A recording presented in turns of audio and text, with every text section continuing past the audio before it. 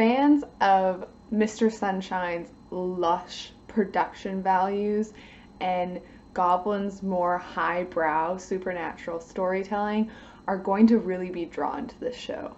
Hello YouTube, my name is Marie, and today we are going to discuss the first 5 episodes of the currently airing K-drama Hotel de Luna.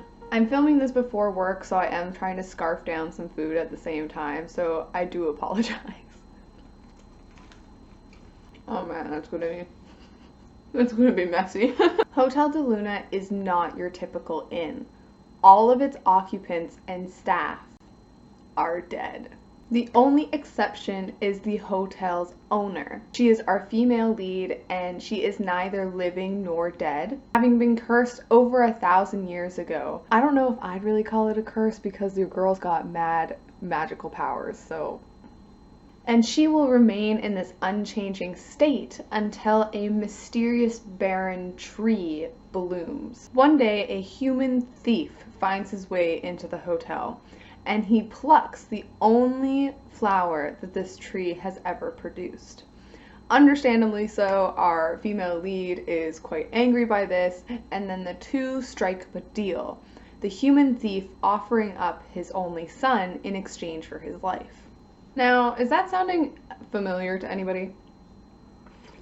If you're a fan of Disney and also Greek mythology, it should probably sound a little bit familiar. Now, about 20 years later, and where our story truly starts, our male lead is actively avoiding his father's bargain, and our female lead, the hotel's owner, has to go out and fetch him. Because unsurprisingly, the dude doesn't want to work at a hotel full of ghosts, some of whom have died gruesome deaths.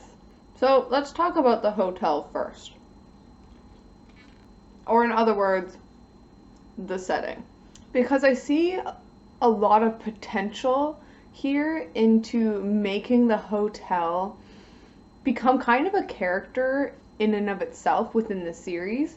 You know, you can do that with like buildings or objects. Like if you give them enough personality, you know, like they can become a presence. And this hotel already has a presence on the show because every single room is just so beautiful and wonderfully designed. Every single room has a different purpose, and it can change itself to, oh no,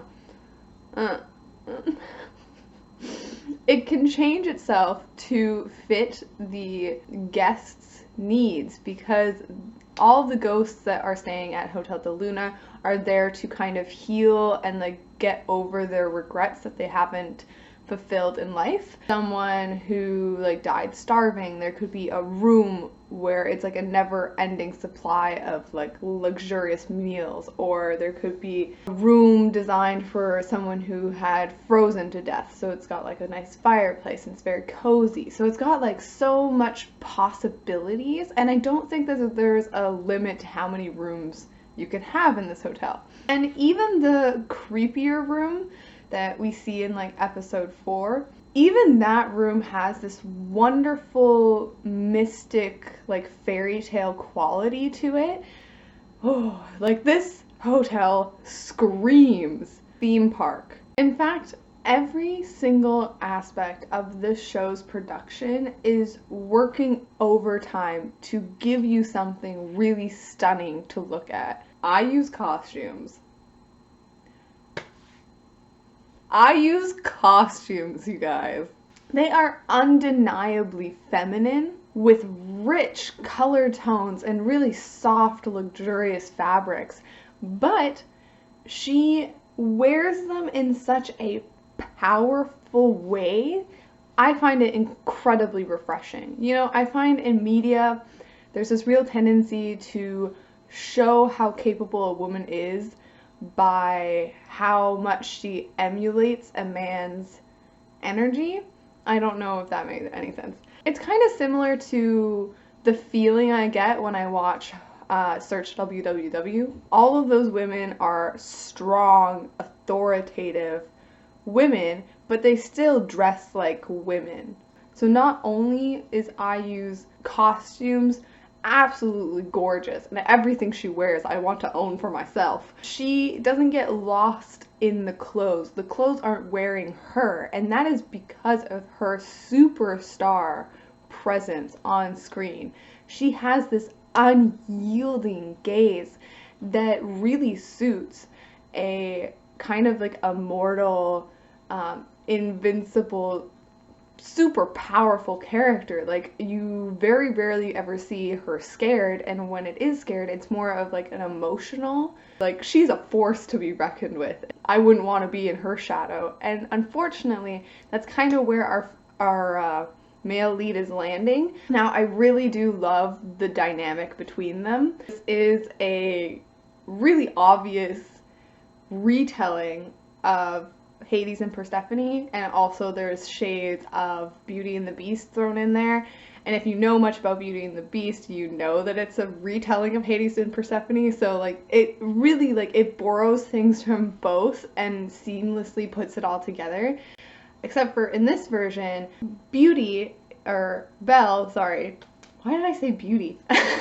Belle is actually our male lead, the guy, the human, and Beast, or Hades, is IU's character, the hotel's owner. And because they're presenting this new retelling as a gender-swapped story, it plays on really familiar tropes and also archetypes within the K-drama world that allows the show to feel very familiar and yet very new and unique at the same time. I don't know, there's something very, very minusculely off about Hotel de Luna for me, and I can't put my finger on it. I think on paper it has everything that I would want and would draw me in, and then for some reason I really enjoy the watching process, but then when I leave it, I have no drive to go back. Like, there's no feeling of I have to find out what happens next, even though I really enjoyed the process of watching it. Am I gonna keep watching Hotel de Luna? Yes, because I am very curious. Actually, the reasons for me to want to continue watching it are the exact reasons that the male lead gives for taking the job at the hotel, which I think is quite fitting. And it is because I am very interested in the hotel and the mythology around that, and I want to learn more about it and see if it kind of evolves. And then I'm extremely curious about our female lead. Okay, have a good day, have a good night, bye.